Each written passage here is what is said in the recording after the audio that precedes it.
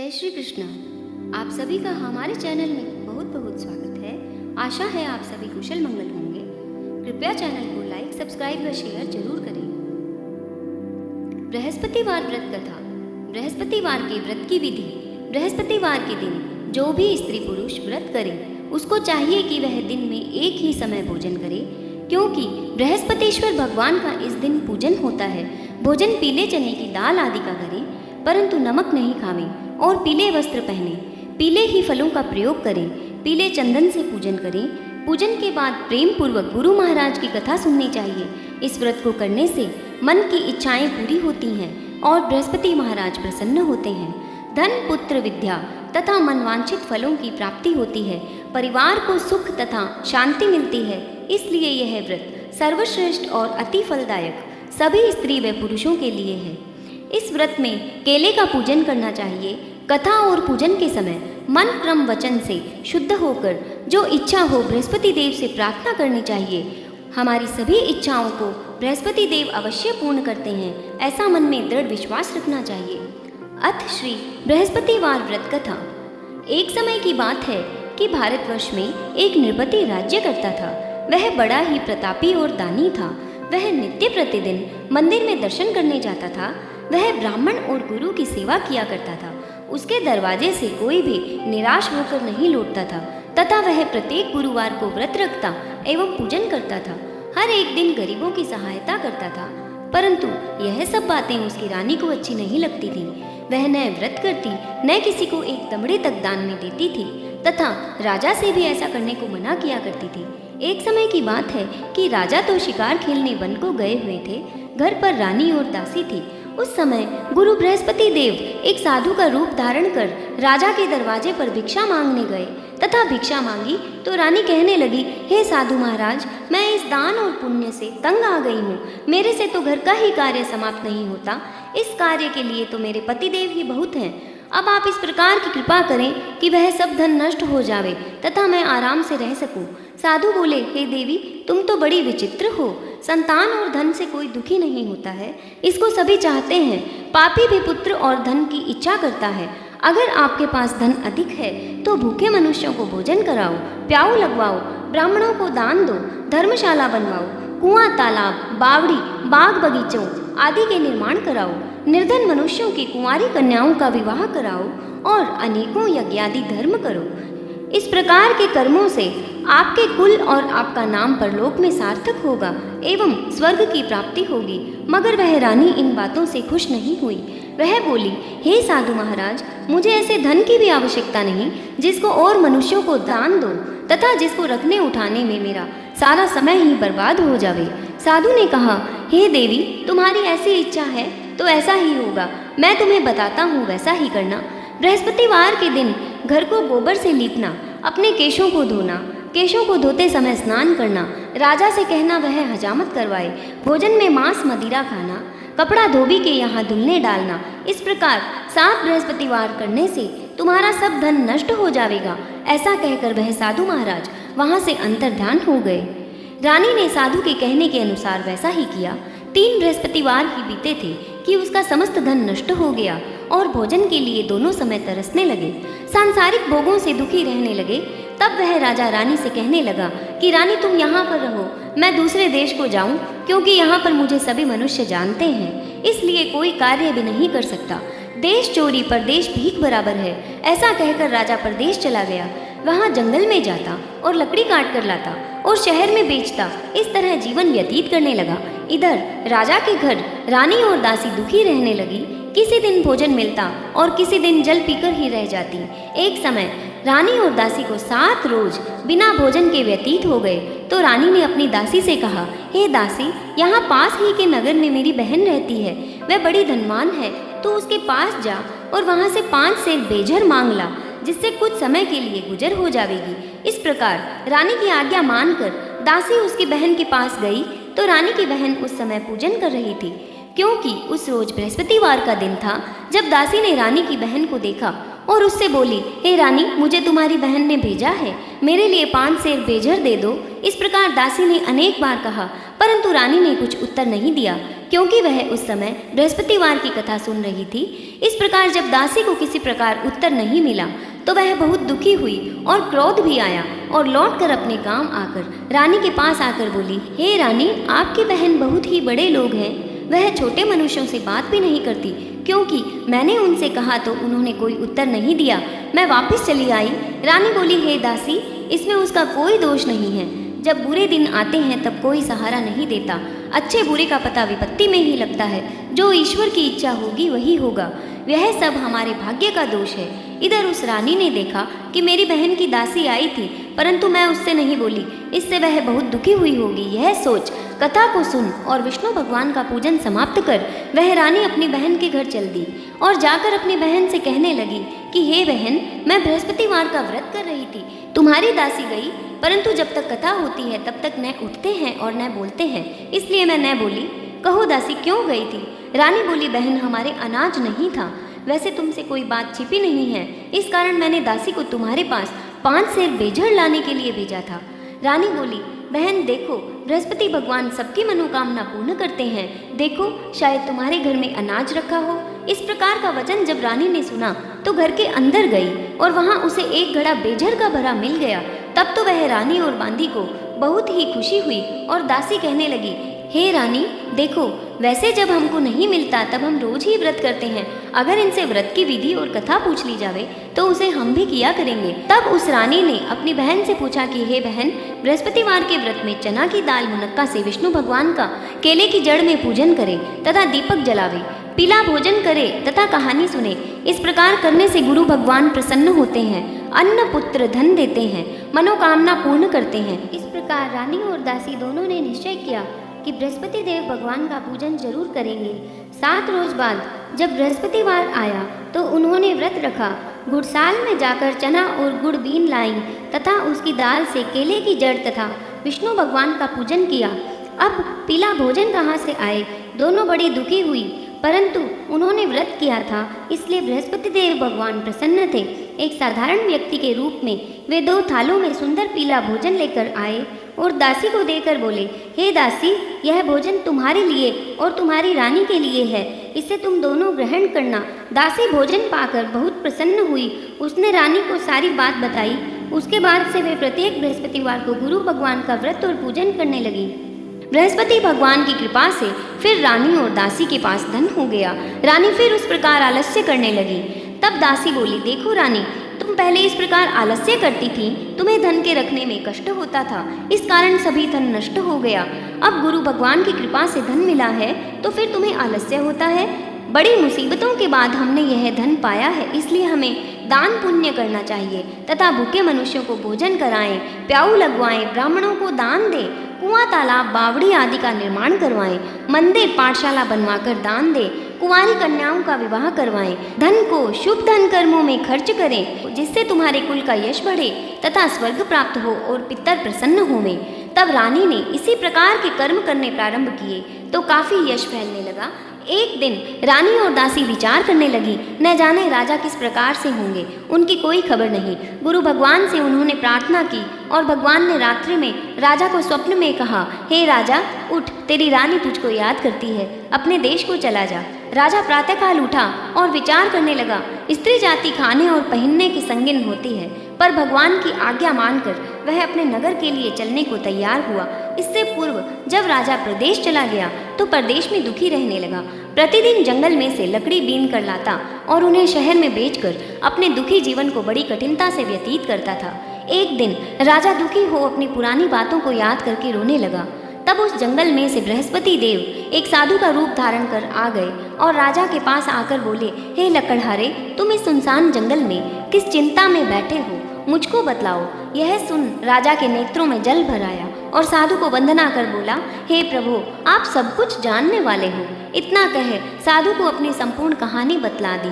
महात्मा दयालु होते हैं। उससे बोले, हे राजा, तुम्हारी स्त्री ने बृहस्पति देव का अपराध किया था, जिस कारण तुम्हारी यह दशा हुई। अब तुम किसी प्रकार की चिंता मत करो, भगवान तुम्हें पहले से अधिक धनवान करेगा। देखो, तुम्हारी स्त्री ने गुरुवार का व्रत प्रारंभ कर दिया है और तुम मेरा कहा मानकर बृहस्पतिवार को व्रत करके चने की दाल, गुड़, जल को लोटे में डालकर केला का पूजन करो, फिर कथा कहो और सुनो। भगवान तेरी सब कामनाओं को पूर्ण करेगा। साधु को प्रसन्न देखकर राजा बोला, हे प्रभु, मुझे लकड़ी बेचकर इतना पैसा नहीं मिलता जिससे भोजन करने के उपरांत कुछ बचा सकूं। मैंने रात्रि में अपनी रानी को व्याकुल देखा है। मेरे पास कुछ भी नहीं जिससे उसकी खबर तो मंगा सकूं, और फिर मैं कौन सी कहानी कहूँ, यह मुझको कुछ भी मालूम नहीं है।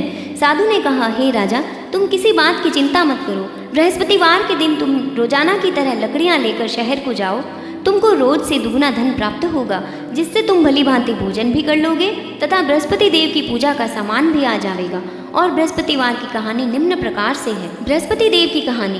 प्राचीन काल में एक ब्राह्मण था। वह बहुत ही निर्धन था। उसके कोई भी संतान नहीं थी। उसकी स्त्री बहुत मलिनता के साथ रहती थी। वह स्नान न करती, किसी देवता का पूजन न करती, प्रातःकाल उठते ही सर्वप्रथम भोजन करती, बाद में कोई अन्य कार्य करती थी। इससे ब्राह्मण देवता बड़े दुखी थे। बेचारे बहुत कुछ कहते थे, किंतु उसका कोई परिणाम न निकला। भगवान की कृपा से ब्राह्मण की स्त्री के कन्या रूपी रत्न पैदा हुआ और वह कन्या अपने पिता के घर में बड़ी होने लगी। वह बालिका प्रातः स्नान करके विष्णु भगवान का जाप करने लगी, बृहस्पतिवार का व्रत करने लगी। अपने पूजा पाठ को समाप्त करके स्कूल जाती तो अपनी मुट्ठी में जौ भर के ले जाती और पाठशाला के मार्ग में डालती जाती। तब ये जौ स्वर्ण के हो जाते, लौटते समय उनको बीन कर घर ले आती थी। एक दिन वह बालिका सूप में उन सोने के जौओं को फटक कर साफ कर रही थी। उसकी माँ ने देख लिया और कहा, हे बेटी, सोने के जौओं को फटकने के लिए सोने का सूप होना चाहिए। दूसरे दिन गुरुवार था। इस कन्या ने व्रत रखा और बृहस्पति देव से प्रार्थना करके कहा, हे प्रभु, मैंने आपकी पूजा सच्चे मन से की हो तो मेरे लिए सोने का सूप दे दो। बृहस्पति देव ने उसकी प्रार्थना स्वीकार कर ली। रोजाना की तरह वह कन्या जौ फैलाती हुई जाने लगी। जब लौटकर जौ बीन रही थी तो बृहस्पति देव की कृपा से सोने का सूप मिला। उसे वह घर ले आई और उससे जौ साफ करने लगी, परंतु उसकी माँ का वही ढंग रहा। एक दिन की बात है कि वह कन्या सोने के सूप में जौ साफ कर रही थी। उस समय उस शहर का राजपुत्र वहां होकर निकला। इस कन्या के रूप और कार्य को देखकर मोहित हो गया तथा अपने घर आकर भोजन तथा जल त्याग कर उदास होकर लेट गया। राजा को जब इस बात का पता लगा तो अपने प्रधानमंत्रियों के साथ उसके पास गए और बोले, हे बेटा, तुम्हें किस बात का कष्ट है? किसी ने अपमान किया है अथवा कोई और कारण है सो कहो। मैं वही कार्य करूंगा जिससे तुम्हें प्रसन्नता हो। अपने पिता की राजकुमार ने बातें सुनी तो वह बोला, मुझे आपकी कृपा से किसी बात का दुख नहीं है। किसी ने मेरा अपमान नहीं किया है, परंतु मैं उस लड़की के साथ विवाह करना चाहता हूँ जो सोने के सूप में जौ को साफ कर रही थी। यह सुन राजा आश्चर्य में पड़ा और बोला, हे बेटा, इस तरह की कन्या का पता तुम ही लगाओ। मैं उसके साथ तेरा विवाह अवश्य ही करवा दूंगा। राजकुमार ने उस लड़की के घर का पता बताया। तब मंत्री उस लड़की के घर गए और ब्राह्मण की कन्या का विवाह राजकुमार के साथ हो गया। कन्या के घर से जाते ही पहले की भांति उस ब्राह्मण देवता के घर में गरीबी का निवास हो गया। अब भोजन के लिए भी अन्न बड़ी मुश्किल से मिलता था। एक दिन दुखी होकर ब्राह्मण देवता अपनी पुत्री के पास गए। बेटी ने पिता की दुखी अवस्था को देखा और अपनी माँ का हाल पूछा। तब ब्राह्मण ने सभी हाल कहा। कन्या ने बहुत सा धन देकर अपने पिता को विदा कर दिया। इस तरह ब्राह्मण का कुछ समय सुखपूर्वक व्यतीत हुआ। कुछ दिन बाद फिर वही हाल हो गया। ब्राह्मण फिर अपनी कन्या के यहाँ गया और सभी हाल कहा तो लड़की बोली, हे पिताजी, आप माताजी को यहाँ लिवा लाओ। मैं उन्हें विधि बता दूंगी जिससे गरीबी दूर हो जाए। वह ब्राह्मण देवता अपनी स्त्री को साथ लेकर पहुँचे तो पुत्री अपनी माँ को समझाने लगी, हे माँ, तुम प्रातःकाल उठकर प्रथम स्नान आदि करके विष्णु भगवान का पूजन करो तो सब दरिद्रता दूर हो जाएगी। परंतु उसकी माँ ने एक भी बात नहीं मानी और प्रातःकाल उठकर अपनी पुत्री के बच्चों का जूठन खा लिया। एक दिन उसकी पुत्री को बहुत गुस्सा आया और एक रात कोठरी से सभी सामान निकाल दिया और अपनी माँ को उसमें बंद कर दिया। प्रातःकाल उसमें से निकाला तथा स्नान आदि करा के पूजा पाठ करवाया तो उसकी माँ की बुद्धि ठीक हो गई और फिर प्रत्येक बृहस्पतिवार को व्रत करने लगी। इस व्रत के प्रभाव से उसकी माँ भी बहुत ही धनवान तथा पुत्रवती हो गई और बृहस्पति जी के प्रभाव से स्वर्ग को प्राप्त हुई तथा वह ब्राह्मण भी सुखपूर्वक इस लोक के सुख भोग कर स्वर्ग को प्राप्त हुए। इस तरह कहानी कहकर साधु देवता वहाँ से लोप हो गए। धीरे धीरे समय व्यतीत होने पर फिर वही बृहस्पतिवार का दिन आया। राजा जंगल से लकड़ी काटकर किसी शहर में बेचने गया। उसे उस दिन और दिन से अधिक पैसा मिला। राजा ने चना गुड़ आदि लाकर बृहस्पतिवार का व्रत किया। उस दिन से उसके सभी क्लेश दूर हुए। परंतु जब दोबारा गुरुवार का दिन आया तो बृहस्पतिवार का व्रत करना भूल गया। इस कारण बृहस्पति भगवान नाराज हो गए। उस दिन उस नगर के राजा ने विशाल यज्ञ का आयोजन किया तथा शहर में यह घोषणा करा दी कि कोई भी मनुष्य अपने घर भोजन न बनावे, वह आग जलावे। मेरे यहाँ समस्त लोग भोजन करने आवे। इस आज्ञा को जो न मानेगा उसके लिए फांसी की सजा दी जाएगी। इस तरह की घोषणा संपूर्ण नगर में करवा दी गई। राजा की आज्ञा अनुसार शहर के सभी लोग भोजन करने गए, लेकिन लकड़हारा कुछ देर से पहुंचा, इसलिए राजा उसको अपने साथ घर लिवा ले गए और ले जाकर भोजन करा रहे थे तो रानी की दृष्टि उस खूंटी पर पड़ी जिस पर उसका हार लटका हुआ था। वह वहां पर दिखाई नहीं दिया। रानी ने निश्चय किया कि मेरा हार इस मनुष्य ने चुरा लिया है। उसी समय पुलिस बुलाकर उसको जेल खाने में डलवा दिया।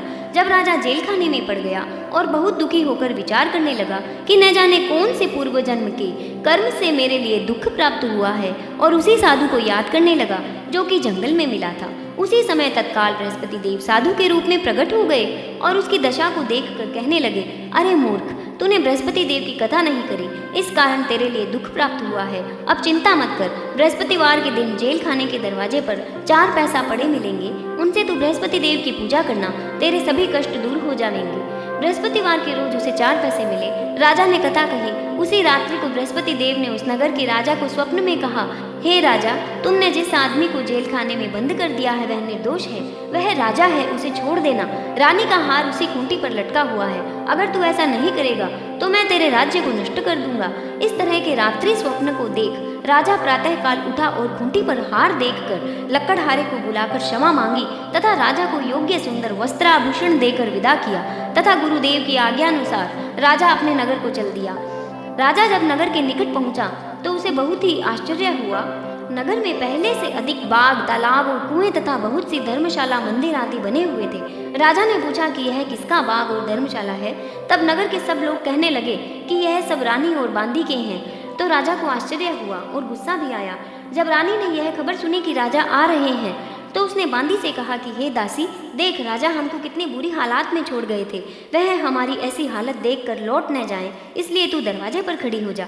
आज्ञा अनुसार दासी दरवाजे पर खड़ी हो गई और राजा आए तो उन्हें अपने साथ लिवा लाई।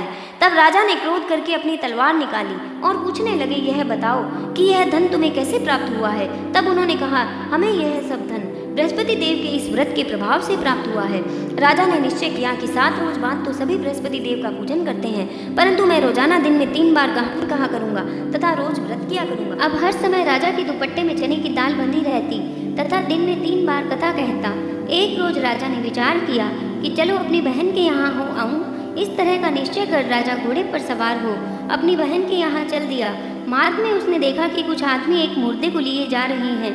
उन्हें रोककर राजा कहने लगा, अरे भाइयों, मेरी बृहस्पतिवार की कथा सुन लो। वे बोले, लो, हमारा तो आदमी मर गया है और इसको अपनी कथा की पड़ी है। परंतु कुछ आदमी बोले, अच्छा कहो, हम तुम्हारी कथा भी सुनेंगे। राजा ने दाल निकाली और कथा कहनी शुरू कर दी। जब कथा आदि हुई तो मुर्दा हिलने लगा और जब कथा समाप्त हुई तो राम राम करके वह मुर्दा खड़ा हो गया। राजा आगे बढ़ा। उससे चलते चलते शाम हो गई। आगे मार्ग में उसे एक किसान खेत में हल चलाता मिला।